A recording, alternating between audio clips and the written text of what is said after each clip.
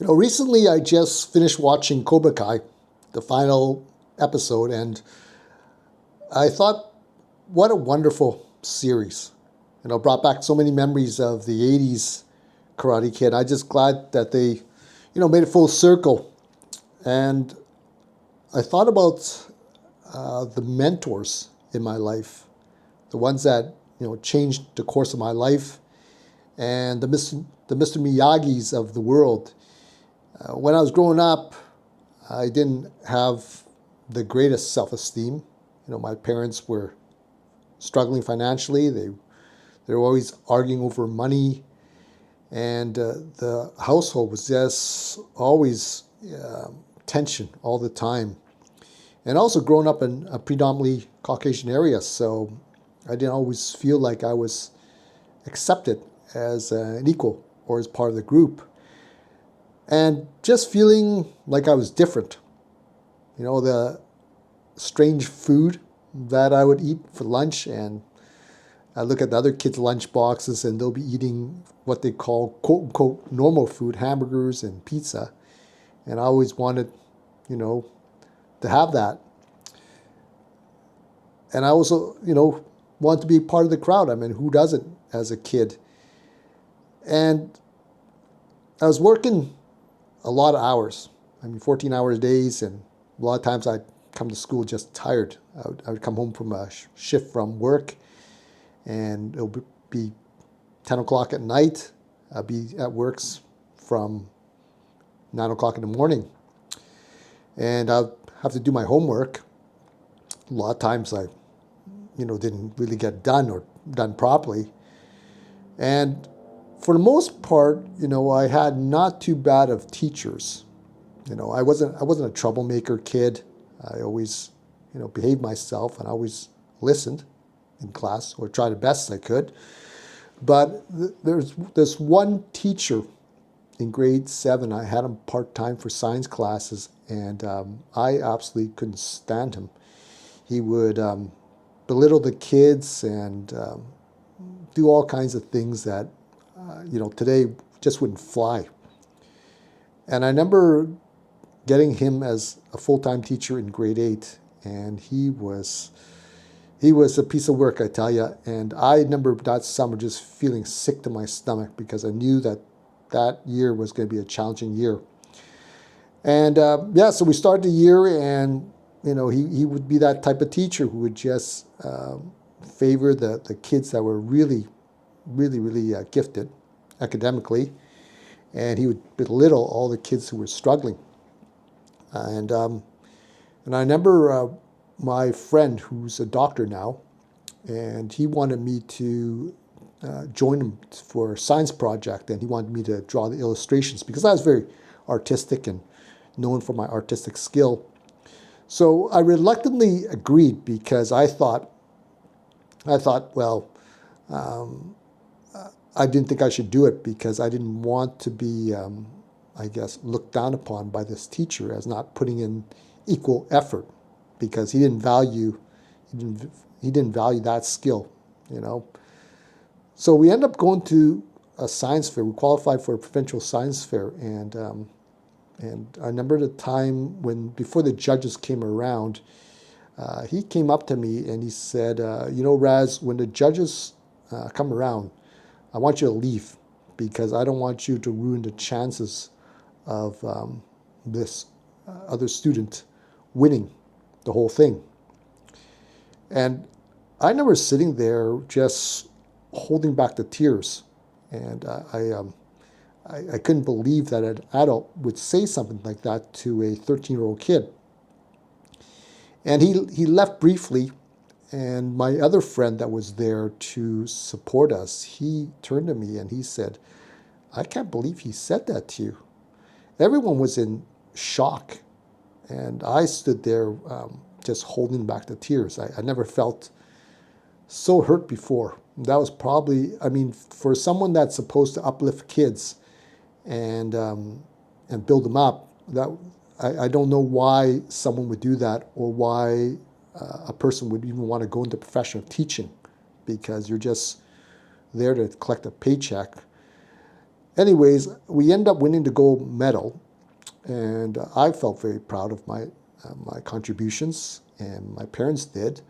But he made it a point on Monday morning not to congratulate me in front of class, but he congratulated my friend.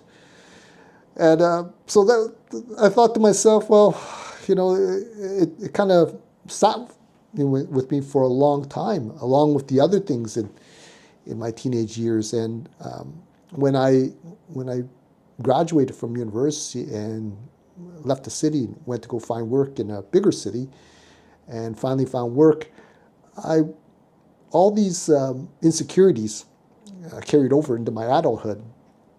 And one day that changed, and that was back when I was 27. I was working as a junior accountant for a real estate company, and this real estate company, the partners, they did very well financially at a young age. And I remember working in my office, and one of the partners named John called me into his office, and I thought, oh, what is this about, right? Because he's such a busy guy. And he sat me down and he said, look, Raz, I don't want to get into your personal life, and maybe it's not my place to tell you what to do, but I think you have so much more potential, and I don't think you should be wasting your talents away working in a job like this.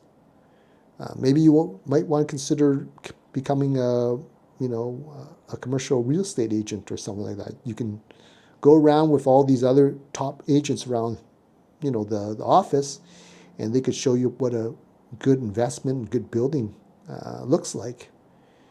And I thanked for that conversation. I didn't take him up on the offer of becoming a commercial realtor. However, later on, I took his words of wisdom to heart, and that's when I stepped out of my comfort zone and started my own business at age 35, and I haven't looked back since. And that was back in 1997, so a long time ago. And to this day, I feel so thankful that he took the time to have that conversation with me.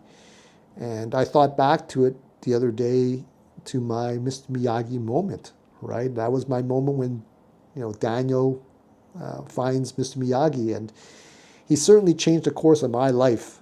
And I couldn't be more thankful. And what I did recently was I fired him an email. He hasn't seen me since 1997, and I fired him an email. He's retired now, and to thank him for everything that he's done for me. And he, sent me back a very polite email saying that, you know what, you always had it in you, and I'm so proud of what you've done. And I'm going to go visit him. He's in his 80s now, and I'm going to make my way down to meet him maybe down in his old office, and just thank him personally. So I think you need those people in your life. I think we have people that tear us down when we're kids, and we have that one person that really changes the course of our life. And I think it's very important. And now myself, just going through that experience, I pay it forward in terms of me teaching.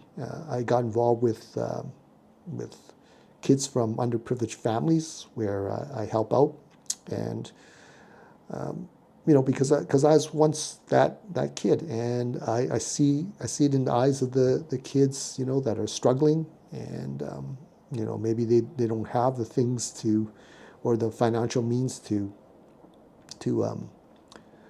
play sports or to participate in extracurricular activities.